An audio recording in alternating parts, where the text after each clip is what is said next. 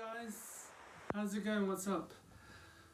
This video I'm going to focus on rhythm and practicing rhythm, soloing over rhythm, and practicing soloing without any reference to any instrument. So that means that you're playing a series of chords in your head and you're anticipating what you're going to play split second before the chord change happens. And it's a good idea to do that with a section of chords that has one scale.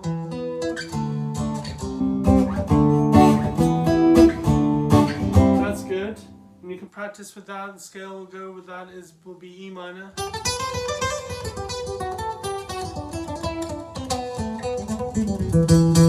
mean, any E minor scale would go with that. That's an easy vamp to have, but that's a good place to practice.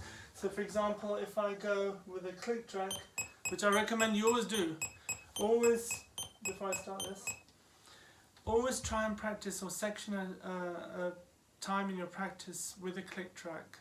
Very, very important, because then you learn to tap, you learn to use a click track, and that almost becomes your subconscious rhythm. After a while you'll be in time because you know what it is to practice with a click track. So I'd recommend every practice session use a click track.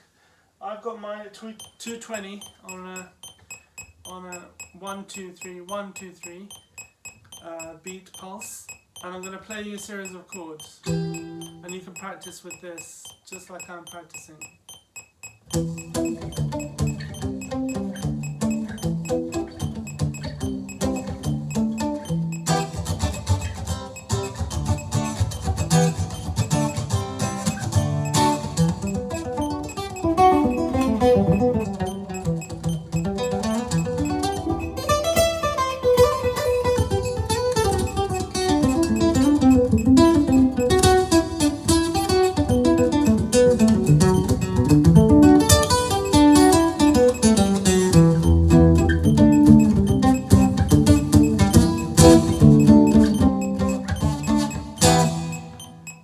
So that's using one chord progression and one scale that will match all the three.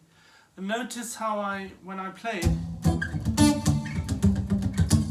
I concentrate on the pulse. I keep the pulse in my head and I stick closely to it.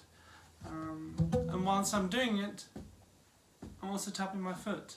So then what happens with that is you get used to your foot and the click track together becoming your pulse. Always have a pulse, right? And so I'm thinking of many things at the moment. I'm thinking of the chords, I'm thinking of the rhythm, I'm thinking of the pulse, and now I'm thinking of the scale. So there's three things to think of. It becomes even more challenging when you've got scale changes and you're doing the same thing. And by the way, the 6/8 rhythm is, I think it's quite hard to play solos on a 6/8 rhythm, more than a 4/4. It's interesting because why that happens I don't know, but I find it more challenging and it's more difficult to keep in time. So that's a good place to practice a 6/8 rather than 4/4. Another 6/8 rhythm which I can give you an example of is a piece called Guardian Angel by John McLaughlin. And this is where the challenge starts, because what happens is he plays E minor, D, C, just like I was playing, then he goes to the F. So that's the scale change number 1. And then he goes to A minor, and then G. Those two fit together. And again the scale changes. C fits together as well, but then the scale changes to B. So there's two changes. So for example, you've got the E minor scale, and then it changes to F, and then C, and then B. So you've got to think of basically E minor, A minor, and you've got to think of F, and then the added B majors. So what do I play there? Okay, I'll just show you how the chords go. So I'm going to play them in sequence, and then I'll do a little solo on the top without the actual chords. Again with the click track at 220.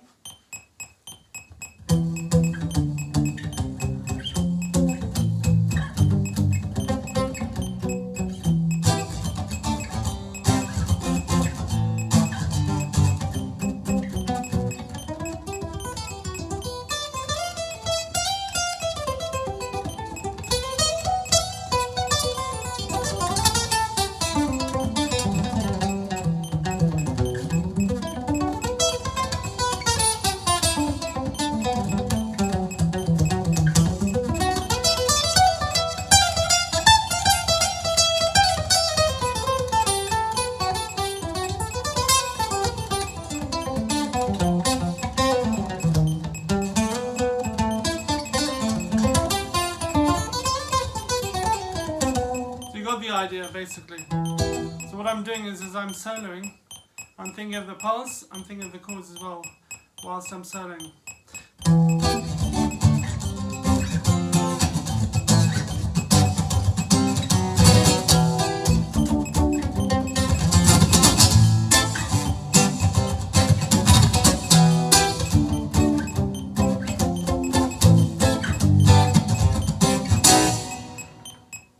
That gives you an idea of that. There is another sequence that I came up with and I often practice, and it's a series of quite complex chords and a lot of changes on this one. I'll play that through.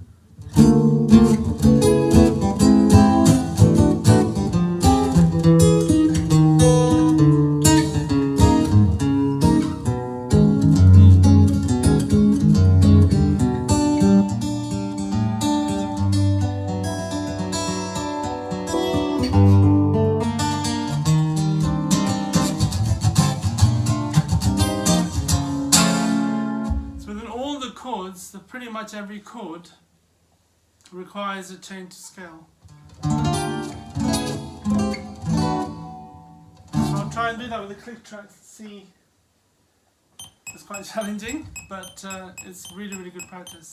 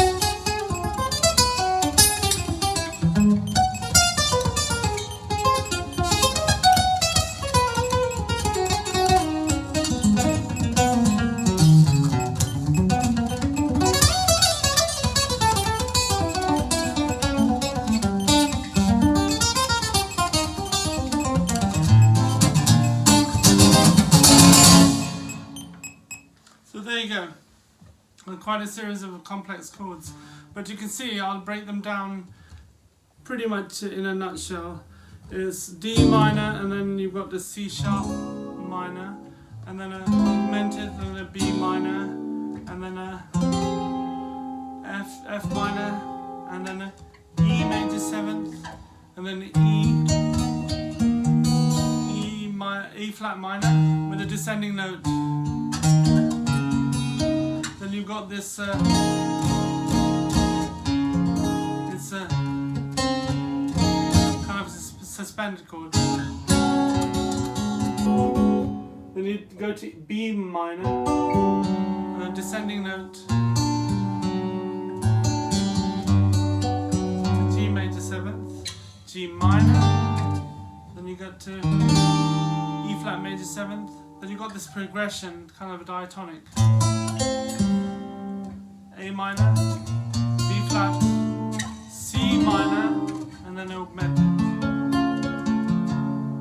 So again, quite challenging.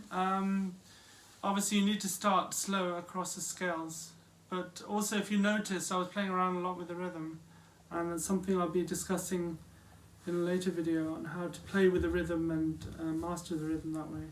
So thanks for tuning in. Hope this instruction lesson was interesting for you guitarists out there. Keep tuning in and get ready for more. Thank you again. Cheers.